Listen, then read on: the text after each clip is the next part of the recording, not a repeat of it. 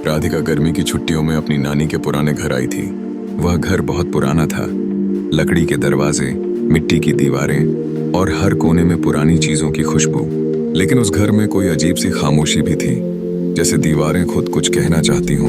पहली रात तो सब ठीक रहा, पर दूसरी रात लगभग रात के 2 बजे राधिका की नींद एक छोटी सी घंटी की आवाज से खुली। आवाज बहुत धीमी थी, जैसे किसी ने धीरे से छोटी पूजा की घंटी हिलाई हो। उसने सोचा शायद बाहर से कोई आवाज आ रही है, लेकिन अगले दिन भी ठीक उसी समय वही घंटी फिर बजी। अब उसे थोड़ी चिंता हुई। जब उसने नानी से पूछा तो नानी कुछ देर चुप रहीं, फिर धीमे स्वर में बोली, उस पुराने कमरे में मत जाना बेटा, कुछ बातें समय के साथ दबी रहनी चाहिए। पर राधिका जिज्ञासु थी। जब इंसान को कुछ जानने से मना किया जाए तो उसकी इच्छा और बढ़ जाती है। तीसरी रात जब फिर वही घंटी बजी, राधिका धीरे से उठी, एक टॉर्च ली और घर के पीछे बने बंद कमरे की ओर बढ़ी। वही कमरा जिसमें जाने से नानी ने मना किया था। कमरे का दरवाजा पुराने जमाने का था, लकड़ी का, चिटकनी जंग लगी हुई। लेकिन अजीब बात यह थी कि उसने जैसे ही धक्का दिया, दरवाजा खुद ही खुल गया, जैसे कोई अंदर से उसका इंतजार कर रहा हो। कमरे के अंदर धूल से ढकी एक पुरानी कुर्सी थी, एक लकड़ी की मेज और दीवार पर टंगी एक लड़की की तस्वीर। वो लड़की हूबहू राधिका जैसी दिखती थी। मेज पर एक पुरानी डायरी रखी थी। उसने खोली तो पहली ही लाइन पढ़कर उसका दिल बैठ गया। मैं राधिका हूँ, अगर तुम ये पढ़ रही हो तो जान लो, समय एक चक्र है, जो हुआ था वही फिर होगा। अचानक उसके पीछे फिर वही छोटी सी घंटी बजी, अब की बार बिल्कुल उसके कान के पास। राधिका ने घबराकर पलट कर देखा तो वहां खुद उसी का चेहरा खड़ा था, पर रंग एकदम सफेद, आंखें बिल्कुल काली और चेहरा बिना किसी भाव के। उस रात के बाद राधिका कभी नहीं दिखी। नानी ने कमरे को फिर से बंद करवा दिया।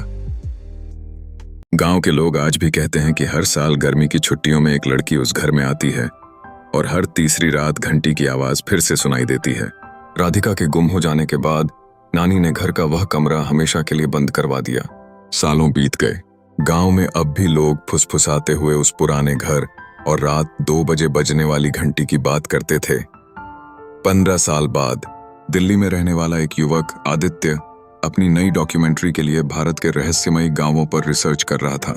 जब उसने कैथलपुर के बारे में पढ़ा, एक लड़की जो हर साल गायब होती है, उसकी रुचि और बढ़ गई। उसने गांव जाकर वहां के लोगों से बातचीत की, मगर सबने उसे टाल दिया। कोई भी उस घर की बात नहीं करना चाहता था। पर तभी एक बूढ़ी औरत ने उसके पास आकर धीरे से कहा, अगर जाना है तो रात 2 बजे जाना, तभी असली चेहरा दिखता है उस घर का। आदित्य की पहली रात। आदित्य ने राधिका के पुराने घर में रुकने का फैसला किया। घर अब वीरान था, दीवारें जर्जर, खिड़कियां टूटी हुई और पूरा घर सन्नाटे से भरा हुआ। रात 2 बजे जैसे ही उसने कैमरा ऑन किया, फिर वही घंटी की आवाज सुनाई दी, एकदम वैसी ही जैसी गांव वाले कहते थे। पर इस बार घंटी कमरे के अंदर नहीं, बल्कि कमरे के बाहर से आ रही थी, जैसे कोई उसे बुला रहा हो। वो धीरे धीरे सीढ़ियां उतरा और आंगन की ओर गया, और वहां उसने देखा एक लड़की, उसी की उम्र की, सफेद कपड़ों में, लंबी बालों के साथ खड़ी थी। तुम राधिका हो? उसने पूछा। लड़की ने मुस्कुराते हुए सिर हिलाया। फिर उसने कहा, मैं तो लौट आई हूं, लेकिन अब मेरी जगह कोई और जाएगा। और अचानक हवा तेज चलने लगी। उसके कैमरे का स्क्रीन ब्लैक हो गया और उसे महसूस हुआ जैसे कोई उसके भीतर घुस गया हो।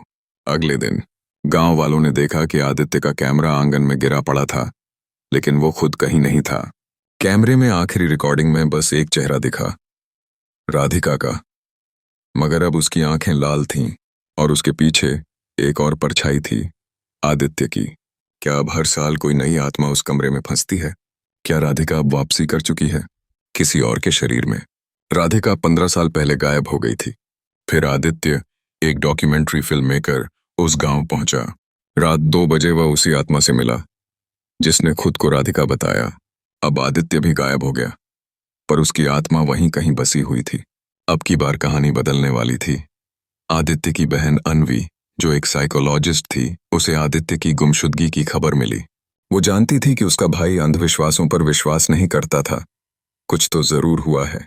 वो गांव पहुंची और वहीं रुकी जहां आदित्य आखिरी बार देखा गया था, वही राधिका का पुराना घर। गांव वालों ने उसे बहुत समझाया, मगर उसने साफ कहा, अगर मेरी सोच पर मेरा भाई गया है तो अब मैं भी पीछे नहीं हटूंगी। रात आई और वही घंटी भी। इस बार अनवी तैयार थी। उसके पास एक पुरानी तंत्र मंत्र विद्या की किताब थी जो उसने आदित्य के नोट्स में पाई थी।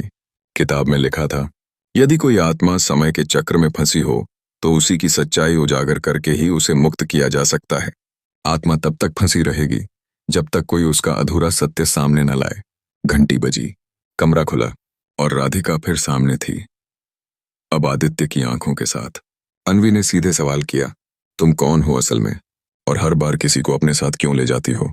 राधिका की आत्मा एक पल को चुप रही, फिर उसकी आवाज एकदम बदल गई।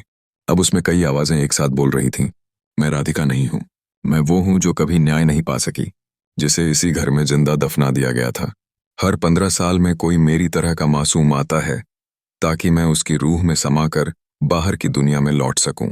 अनवी समझ गई, ये आत्मा कभी राधिका की नहीं थी, बल्कि कोई पुरानी सताई गई आत्मा थी जिसने राधिका की शक्ल को अपना चेहरा बना लिया था। अब अनवी ने मंत्र पढ़ना शुरू किया। जैसे जैसे शब्द निकलते गए, आत्मा की चीखें तेज होती गईं। घर की दीवारें कांपने लगीं। तभी अचानक हवा में कई आकृतियां नजर आईं। सबके चेहरे एक जैसे, डरे हुए, खोए हुए। आत्मा चिल्लाई, तुम चक्र तोड़ नहीं सकती, मैं लौटती रहूंगी।